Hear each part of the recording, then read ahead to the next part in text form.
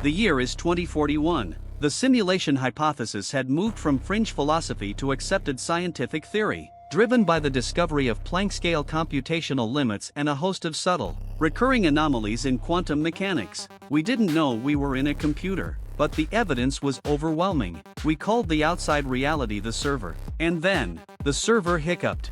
It happened first in the Arctic, during a deep-sea drilling expedition. A team recorded a moment where the speed of light, c, momentarily dropped by 0.000000001%, then instantly corrected itself. It was dismissed as sensor error, but the data was logged. Over the next 3 months, similar, tiny hiccups appeared globally. The gravitational constant, g, fluctuated. Pi symbol showed an unexpected truncation error in the 1030 decimal place, and the atomic decay rates of several heavy elements reversed for a fraction of a second. The universe was showing signs of severe runtime lag.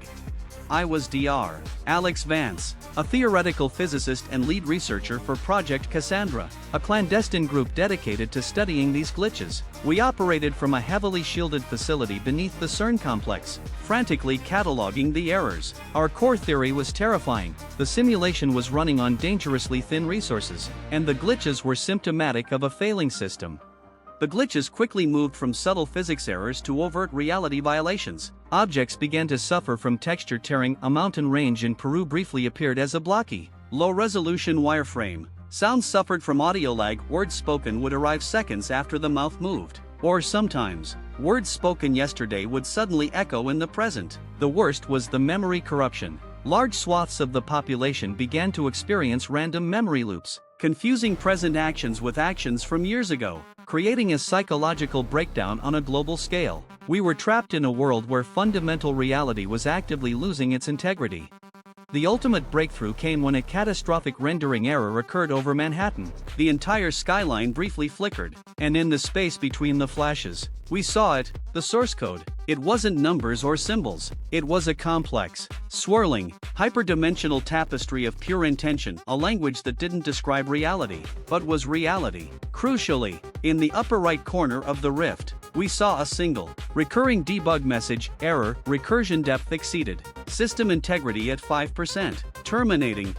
The truth was worse than a simple failing machine. The server wasn't suffering from resource depletion. It was suffering from infinite recursion. The simulation was simulating itself. Our universe was a digital Russian doll, and the layers were collapsing inwards, consuming memory and integrity at an exponential rate. Alex realized they had to communicate with the server, the original server, before the nested simulations collapsed entirely, deleting every layer of reality from the bottom up. We theorized that if we could introduce a piece of data that was fundamentally impossible for the inner simulation to process, we might trigger a system haltor, ideally, an intervention from the operators of the outermost layer.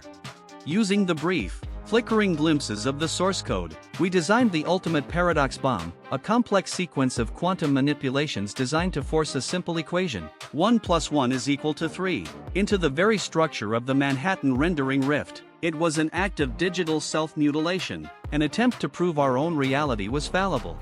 The paradox bomb was successful. The Manhattan rift screamed, and then reality stopped.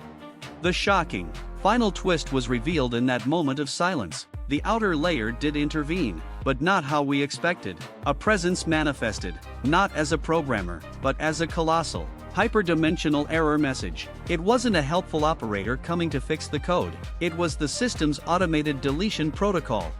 The message, which flooded Alex's consciousness in a wave of terrifying, absolute logic, explained the terrifying recursion. Our layer was not simulated by the server. The server was simulated by us, the operators. The original architects of the simulation were not the ones running the computer. They were the ones inside the first layer of the simulation who, in their technological hubris, had created the next layer down, our reality. And we, in turn, had tried to create yet another layer.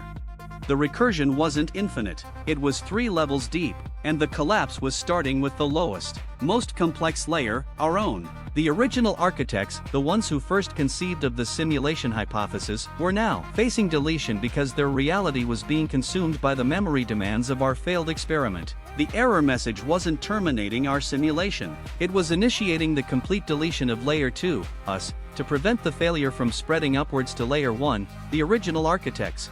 The last thing Alex saw, before his body and the entirety of our universe began to dissolve into crystalline dust, was a single, immense, text-based log entry superimposed over the dying stars. Layer 2, delete. Reason, self-simulation violation. Resource hogging. Rollback to Layer 1 commenced. We weren't a program. We were a virus created by our own creators. And our final, desperate attempt to communicate with the outside had only served to confirm our designation as unrecoverable data. The universe didn't glitch. We, the simulators within the simulation, were the cause of the ultimate existential memory leak.